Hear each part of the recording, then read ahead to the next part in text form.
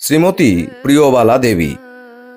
তিনি লিখছেন, 1916 সালের 12ই পৌষ আমি প্রথম শ্রী শ্রী মায়ের পাদপদ্ম দর্শন করি এবং তার কৃপা লাভ করে ধন্য হই।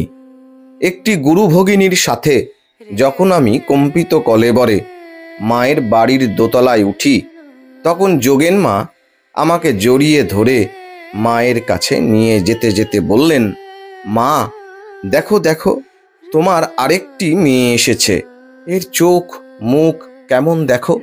মা তখন ঠাকুর ঘরে বসে ফল ছাড়াচ্ছিলেন।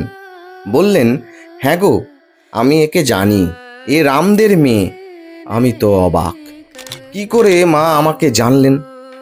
মা আমাকে ডেকে ঠাকুর ঘরে আসনে তার পাশে বসালেন। আমার গুরু ভগিনীটি আমাকে গঙ্গা স্নানের জন্য আহ্বান করলে মা বললেন, ওর গঙ্গা স্নান দরকার নেই, এবং আমার গায়ে গঙ্গা জল ছিটিয়ে দিলেন। তারপরই আমাকে কৃপা করলেন। ওই সময় আমাকে একটি কথা বলে বললেন, ঠাকুর আমার জন্য মন্ত্রের এই অংশটুকু রেখে দিয়েছিলেন।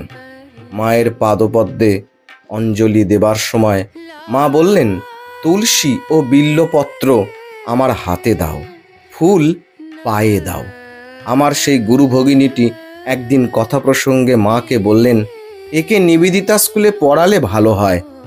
তদুত্তরে মা বললেন, না, ওখানে থাকার প্রয়োজন নেই, আমার কাছে থাকলে ভালো হতো।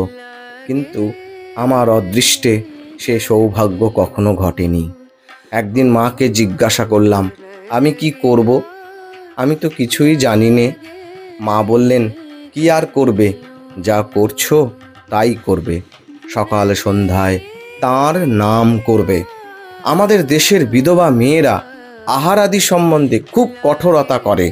অন্য একটি ভক্ত মেয়ের নিকট এ কথা শুনে মা আমাকে বললেন, তুমি রাত্রে রুটি পরোটা ইত্যাদি খেও, ঠাকুরকে নিবেদন করে খেও, দেশাচার মানতে হয়। এমনটাই অপূর্ব একটি ঘটনা।